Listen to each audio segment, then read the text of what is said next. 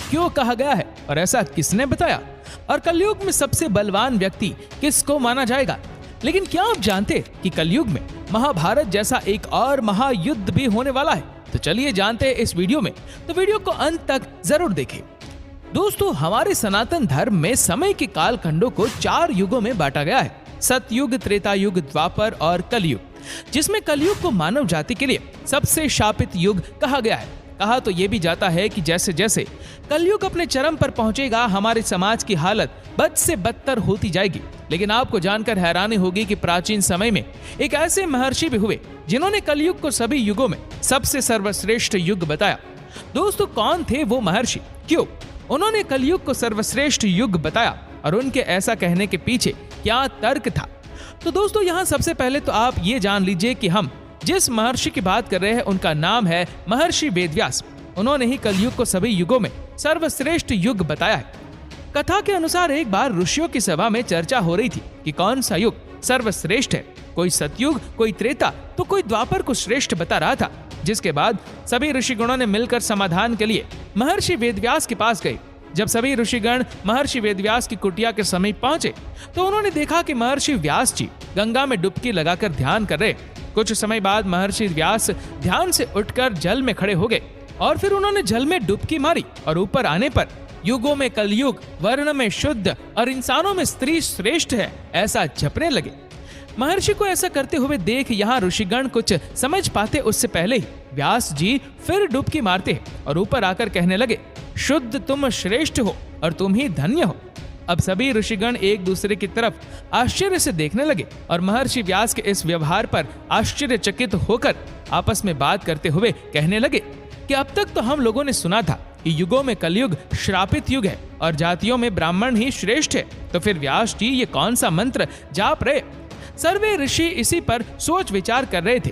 तभी व्यास जी नदी से बाहर निकलकर अपनी कुटिया में चले जाते हैं और बाद में ऋषिगण भी उसके पीछे कुटिया में चले जाते हैं। और ऋषियों ने कहा, महर्षि, हम आपके पास एक समस्या के समाधान के लिए आए थे, लेकिन आप नदी में डुबकी लगाते समय इस मंत्र का जाप कर रहे थे।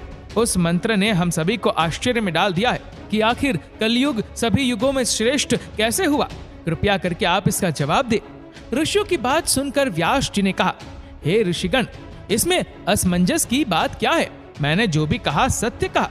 मनुष्य को जो फल सतयुग में 10 वर्ष तक कठोर जप तप करने से मिलता है, वही फल मनुष्य को त्रेता में 1 वर्ष में, द्वापर में 1 महीने और कलयुग में 1 दिन में प्राप्त हो जाएगा।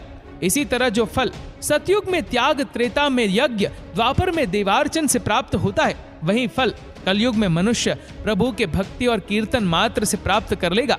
दरअसल कलयुग को ये वरदान प्राप्त है कि कलयुग में केवल श्री हरि का नाम जपने मात्र से जीव का कल्याण सुनिश्चित है। उसे मुक्ति के लिए अन्य किसी भी साधन की आवश्यकता नहीं है। इसी वजह से मैंने कलयुग को श्रेष्ठ कहा। इतना सुनने के बाद सभी ऋषिगण आगे वेदव्यास जी से कहते हैं, महर्षि, आपने नदी में दूसरी डुबकी लगाते कहा था कि कलयुग में शुद्ध श्रेष्ठ है। आखिर ये संभव कैसे है? समाज का सबसे निम्न वर्ण श्रेष्ठ कैसे हो सकता है? इस पर वेदव्यास जी कहते हैं, पहले ब्राह्मणों को ब्रह्मचर्य का पालन करना होता था, जिसके बाद वे अनुशासन एवं धर्म की मर्यादा में रहते हुए वेद शास्त्रों एवं मंत्रों का अध्ययन करते थे और इसके बाद ही वे अन्य वर्णों को मार्गदर्शन के लिए उन्हें धर्म ज्ञान देते थे। इस तरह से प्रत्येक ब्राह्मण अपने कर्तव्य का निर्वहन करते हुए उच्च पद को प्राप्त होते थे।